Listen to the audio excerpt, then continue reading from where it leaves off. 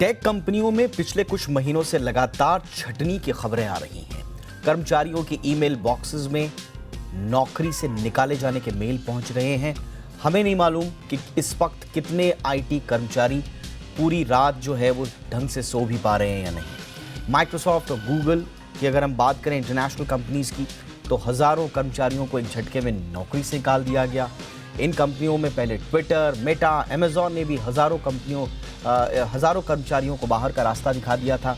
ये छटनी का दौर ज़्यादातर टेक कंपनियों में नजर आ रहा है।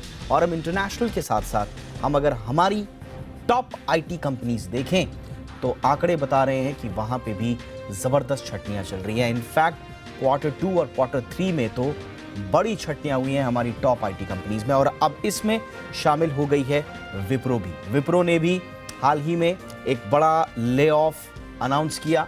ये ब्लूमबर्ग की एक रिपोर्ट के मुताबिक पिछले साल करीब 1 लाख लोगों ने अपनी पूरी नौकरी गंवाई थी आईटी सेक्टर में। और 2023 में भी ये सिलसिला फिलहाल थमता हुआ नजर नहीं आ रहा है। जबकि कॉर्न फेरी की ये रिपोर्ट कह रही थी कि भारत के जो सीईओज हैं वो ये कह रहे हैं कि इस बार हम छटनियां नहीं करेंगे। लेकिन शायद दूसरे सेक्टर, दूसरी इंडस्ट्रियों के बारे में हम संभवतः कुछ कह पाने की स्थिति में हो, लेकिन आईटी सेक्टर के बारे में ये कह पाना बड़ा मुश्किल है कि ले ऑफ्स यहाँ थमेंगे या नहीं। देखिए, कारोबार जगत में छटनियों पर नजर रखने वाली वेबसाइट layoffs.fyi के अनुसार 2 दर्जन से ज्यादा अमेरिकी टेक कंपनियों ने कहा है कि वो अपने कर्मचारियों की संख्या में 10% या उससे ज्यादा की कटौती करेंगे। हम थोड़ा सा इंटरनेशनल परिप्रेक्ष्य में बात कर रहे हैं। सिर्फ 1 से 15 जनवरी के बीच का डेटा देखें तो दुनिया की 91 कंपनियों ने छटनी की। इन कंपनियों ने 24,000 से ज्यादा लोगों को नौकरी से निकाल दिया। अगले 12 महीनों में ग्लोबल इकोनॉमी की ग्रोथ धीमी होने की आशंका है। पूरी दुनिया में मंदी की आशंकाओं के बादल मंडरा रहे हैं। ऐसे में टेक कंपनियों में हो रही छटनी के पीछे एक दलील आर्थिक मंदी की भी दी जा रही है। दुनिया भर में मंदी की आशंका जताई जा रही है और इसी का एक तरह से बहाना ले रही हैं ये कंपनियां। और यही वजह है कि कई बड़ी टेक कंपनियां अपना खर्च कम करने में जुट गई हैं। यूरोप और अमेरिका में तो मंदी की आशंका की वजह से टेक कंपनियों ने अपने बजट में भी कटौती करनी शुरू कर दी है। हालांकि छटनी होने के पीछे सिर्फ एक वजह शायद ये ना हो, इसके लिए काफी हद तक खुद टेक कंपनियों का एक पुअर मैनेजमेंट भी जिम्मेदार है या उनकी अदूरदर्शिता भी जिम्मेदार है। 2020 से 2022 की शुरुआत तक टेक कंपनियों ने जोर शोर से हायरिंग करी, अनाप शनाप हायरिंग करनी शुरू कर दी। इसमें भारतीय कंपनियां भी शामिल हैं।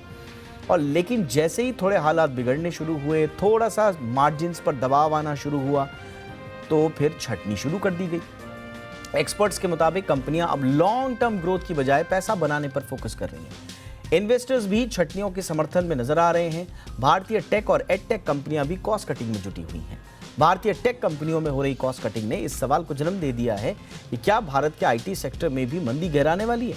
क्योंकि एक रिपोर्ट के मुताबिक पिछले साल के मुकाबले इस साल भारतीय आईटी कंपनियों ने नई नौकरियों के लिए 10% कम विज्ञापन निकाले।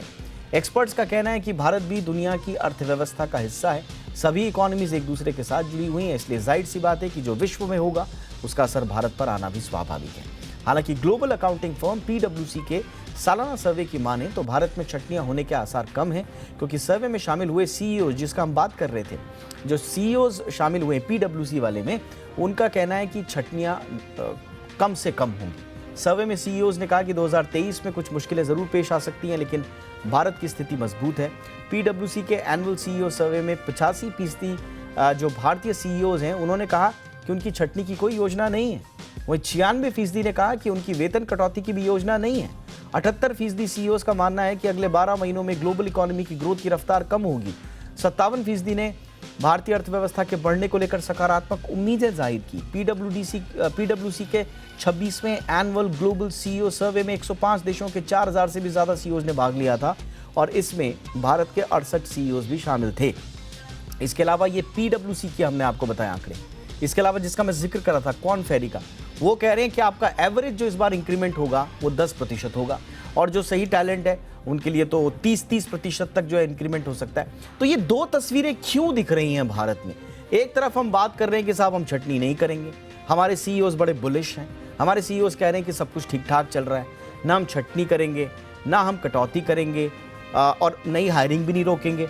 यहाँ तक कि हम इंक्रीमेंट भी 10-10% देंगे, अच्छे टैलेंट को 30-30% तक देंगे। और दूसरी तरफ हम आईटी में देख रहे हैं कि लोगों की नींदें उड़ी हुई हैं। तो ये इतना बड़ा गैप क्यों है? आखिर क्या है इसके पीछे का कारण, समझने की कोशिश कर रहे हैं हम।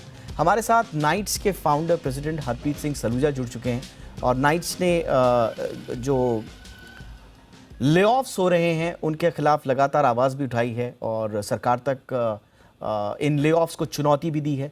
नाइट्स का साफ तौर पर ये कहना है कि ये ले-ऑफ्स जो हैं वो एक तरह से कानूनों का उल्लंघन है और जो एम्प्लॉय है उनके अधिकारों के विपरीत भी है। लेकिन पहले मैं आपसे समझना चाहूँगा हरप्रीत, आप लोगों को वजह क्या समझ में आ रही है? इतनी बड़ी मात्रा में छंटनियाँ जो हो रही हैं और इस बार तो विप्रो ने कहा कि एक इंटरनल कोई असेसमेंट किया, उन्होंने टेस्ट वेस्ट कराया और उसमें बच्चे फेल हो गए और हमने उनको नौकरी से निकाल दिया। तो क्या इंडस्ट्री में क्या चल रहा है? आप लोगों तक क्या बातें पहुंच रही हैं? जी, धन्यवाद सर दीपक जी, मुझे सर्वप्रथम आमंत्रित करने के लिए आपके मंच पर। स्वागत। गूगल, माइक्रोसॉफ्ट, अमेज़न, मेटा ये दिग्गज आईटी कंपनीज हैं, लेकिन इस बात का आप ध्यान रखिए कि ये सारी कंपनियां हेडक्वार्टर हैं यूएस में, ये यूएस ओरिजिनेटेड कंपनीज हैं। इंडियन सेक्टर्स की अगर कंपनी की बात की जाए, जैसे इन्फोसिस हो गई, टेक महिंद्रा हो गई, टीसीएस हो गए, तो ये एक थोड़ा डिफरेंट पर्सपेक्टिव है दोनों कंपनीज में, मतलब दोनों क्षेत्रों में, जो यूएस बेस्ड कंपनीज हैं और जो Indian based company IT companies हैं, उनके अगर हम ले ऑफ की चर्चा करें तो ये बात 100% सच है कि कोविड काल के दौरान में ओवर हायरिंग हुई है और इसके कई एक रीजन भी हैं। इसका एक मैं छोटे से उदाहरण से आपको समझाने का प्रयत्न करूंगा कि जो गूगल मीट है, जिस ऐप के ऊपर काफी कोविड के दौरान में मीटिंग्स हुई और बहुत सी कंपनियों ने उसको कॉन्फ्रेंसिंग के लिए इस्तेमाल किया। इसके अलावा व्हाट्सएप जो है, जिनकी पेरेंट कंपनी अभी मेटा है, उन्होंने भी ये वीडियो कॉन्फ्रेंसिंग के लिए उसके अंदर काफ़ी कुछ चेंजेस लाए ऐप्स के अंदर। तो ये डिमांड को दर्शाता है कि कोविड पीरियड के दौरान जो डिमांड्स थी कस्टमर्स की, टेक्नोलॉजी से या डिजिटलाइजेशन से लेकर, वो बहुत ज़्यादा चेंज हुई और उसके अंदर कंपनीज को ज़रूरत पड़ी स्किल्ड मैन पावर की और जो एक जिसको हम बोलेंगे सीजन्ड आईटी एम्प्लॉयज की, जिनको एक्सपीरियंस था इस क्षेत्र का, और उसके चलते में ओवर हायरिंग हुई। ओवर हायरिंग होने के बाद में जब ये जो टेक्नोलॉजी है वो एक सर्टेन लेवल पर पहुंच गई और उसके बाद में इतनी ज़्यादा ज़रूरत नहीं पड़ रही है अब एम्प्लॉयज़ की वो ऐप को डेवलप करने के लिए किसी को, तो इसीलिए अब कंपनीज ने छटनी का रास्ता अपनाया है कि अब हम कॉस्ट कटिंग करेंगे। और इसका एक दूसरा रीजन जो है कॉस्ट कटिंग का, वो आता है इन्वेस्टर्स की तरफ से। जैसा कि जो फेसबुक है, जिनकी पेरेंट कंपनी मेटा है, मार्क जुकरबर्ग उनके सीईओ हैं, उनको एक पत्र प्राप्त हुआ था अल्टीमीटर कैपिटल, जो उनके सबसे बड़े इन्वेस्टर हैं, कि आपको जितना वर्क फोर्स के साथ में आप काम कर रहे हैं उतने वर्क फोर्स की आपको आवश्यकता नहीं है। एक इसी प्रकार का एक लेटर गूगल के जो सीईओ हैं सुंदर पिचाई, उनको नवंबर 2022 में प्राप्त हुआ था, जो उनके एक बड़े इन्वेस्टर्स हैं टीसीआई फंड मैनेजमेंट करके, कि आपको कम से कम 1.5 लाख एम्प्लॉइज को बाहर का रास्ता दिखाने की जरूरत है।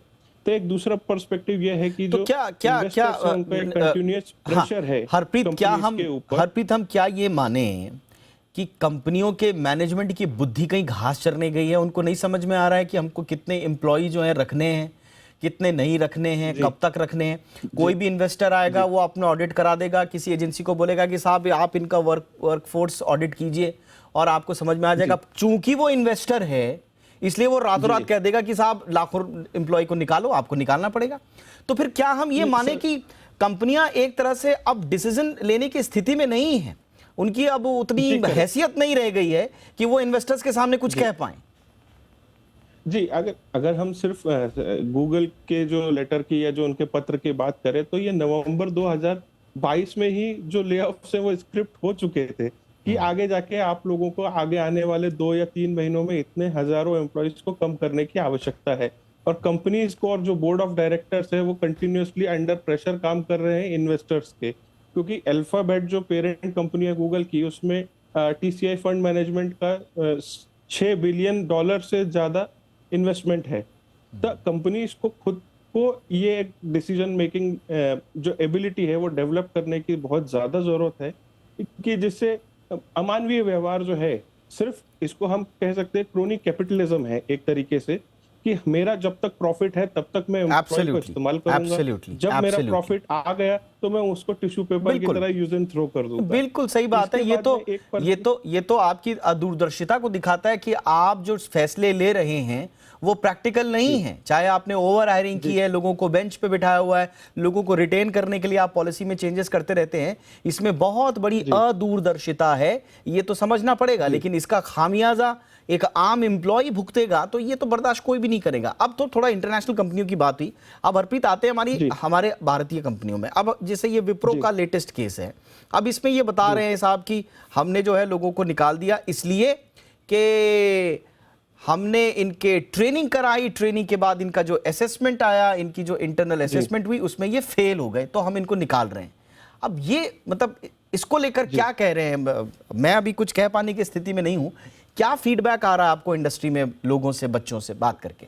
दीपक जी, पर्टिकुलरली विप्रो का केस ले तो इसके बारे में हमने पहले भी आवाज उठाई थी और गवर्नमेंट तक भी ये संदेश पहुंचाया था कि विप्रो ने जब कोविड के दौरान हम ओवर हायरिंग पीरियड की जो बात कर रहे थे, उस समय में सितंबर 2021 से लेकर जनवरी 2022 आते आते, फरवरी 2022 आते आते तक 12,000 से ज्यादा कैंपस हायर्स किए, उन्हें ऑफर लेटर प्रदान किए।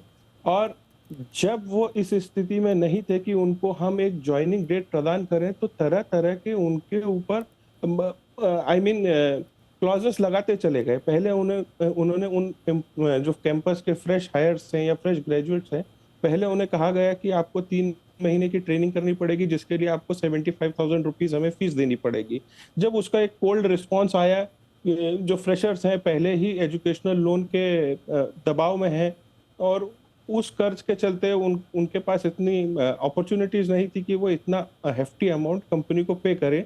तो जब कंपनी ने इसका कोल्ड रिस्पॉन्स देखा, तो उसके अलावा उनको एक और दूसरा ऑप्शन दिया गया कि आप 3 महीने अनपेड इंटर्नशिप कीजिए हमारे साथ में। अनपेड इंटर्नशिप जब 3 महीने मतलब जो एम्प्लॉयज हैं उन्होंने की वहां पर, उसके बाद में उनको कहा गया कि आपको एक टेस्ट देना पड़ेगा, फिर असेसमेंट देना पड़ेगा। तो इस प्रकार पूरा 1 साल वो अपने ऑनबोर्डिंग डेट का ही इंतजार करते रह गए। मेरे पास में रोज कम से कम नहीं तो 10 कॉल विप्रोस, इन्फोसिस और टेक महिंद्रा के एम्प्लॉयज के, ऐसे फ्रेशर्स के कॉल आते हैं जो ऑनबोर्डिंग डेट का ही इंतजार कर रहे हैं। बताइए। तो ये एक पुअर मैनेजमेंट का उदाहरण है। अब देखिए यहाँ पर जो सवाल उठता है, बिल्कुल हरप्रीत, यहाँ पर एक सवाल उठता है। पहला, आपने कैंपसेस से बच्चे उठाए, आपने कैंपसेस से आपने हेड काउंट किए, नफरी करी और आपने रख लिए? आपने कुछ बेसिक इंटरव्यूज लिए होंगे, तो वहां पर आपका सिलेक्शन क्या था? पहला सवाल। उसके बाद आप लाते हैं बच्चों को, ऑनबोर्ड करते हैं, आप उनको ऑनबोर्ड करने के बाद ट्रेनिंग देते हैं। क्या आपने कभी सोचा कि आपकी ट्रेनिंग में ही कोई खामी रही होगी, जो इतने सारे बच्चे जो हैं वो ट्रेन नहीं हो पा रहे हैं? 1-2 बच्चों की बात नहीं है। अगर 1-2 बच्चा बाहर हो रहा है तो शायद हो सकता है कि वो केपेबल ना हो, लेकिन इतने सारे बच्चे, तो क्या कभी इस जो भी कंपनी है, मैं तो सारी कंपनियों की बात कर रहा हूं, इनको सोचना चाहिए कि ये जो ट्रेनिंग दे रहे हैं, क्या ये कभी आत्ममंथन करेंगे, इंट्रोस्पेक्शन करेंगे कि आप जो ट्रेनिंग दे रहे हैं कहीं उसी में तो प्रॉब्लम नहीं है और बच्चों को आप निकाल दे रहे हैं रातों रात? तो इस पर अगर हम इसके ऊपर और डिस्कशन करें तो एंड पॉइंट में जाकर क्रोनी कैपिटलिज्म की बात जो मैंने आपके सामने रखी वही सिद्ध होगी कि कंपनीज को जब दिख रहा था कि ग्लोबल मार्केट में आईटी एम्प्लॉयज की बहुत ज्यादा डिमांड है और कहीं ऐसा ना हो हमारे पास कोई प्रोजेक्ट या बिजनेस आए जिसके अंदर हम बिलिंग के लिए एम्प्लॉयज ही ना दिखा पाए, इसलिए ऑफर लेटर्स देकर अपने ये समझ सकते हैं कि उन्होंने अपने बैंक में एम्प्लॉयज 12,000-13,000 एम्प्लॉयज को ऑफर लेटर देकर रखा था कि कल को प्रोजेक्ट आया तुरंत हम इन एम्प्लॉयज को डेट देंगे, ज्वाइन कराएंगे और इनकी बिलिंग शुरू हो जाएगी। नहीं, बिल्कुल तो बिल्कुल, देखिए अपना मुनाफा देखा। अब देखिए कारण उसमें बहुत सारे हो सकते हैं, उन कारणों पे बिल्कुल, जी हाँ, आप बिल्कुल जिस बात की तरफ इशारा कर रहे हैं, बहुत सारे कारण उसमें हो सकते हैं। आपके डिसीजन मेकिंग में बड़ी प्रॉब्लम हो सकती है। अब अचानक से इतने सारे बच्चे आपको कुछ 3 महीने पहले ये सारे के सारे बिल्कुल पोटेंशियल एम्प्लॉय लगे, तभी तो आपने लिया उनको इंटर्नशिप के लिए, पेड इंटर्नशिप या नॉन पेड के लिए। वो पोटेंशियल एम्प्लॉय अचानक से 3 महीने बाद आपको नजर आते हैं कि साहब वो तो किसी काम की नहीं है, इंटरनल टेस्ट में फेल हो गए। तो इसमें अब हम अभी किसी नतीजे पे तो नहीं पहुंच सकते, ये तो जांच का विषय है, लेकिन आप लोगों लोगों ने सरकार तक बात पहुंचाई है, तो देखते हैं इसमें क्या होता है। बट इन कंपनीज को जो है वो थोड़ा सा इंट्रोस्पेक्शन करने की आवश्यकता तो है ही, और जो सही बात है वो जो है पब्लिक डोमेन में लाना भी इन कंपनीज की जिम्मेदारी है, ताकि एक आम एम्प्लॉई के साथ खिलवाड़ ना हो, उसे ये ना लगे कि वो ठगा गया। बहरहाल बहुत बहुत शुक्रिया हरप्रीत, आपने वक्त निकाला हमारे लिए, थैंक यू सो मच।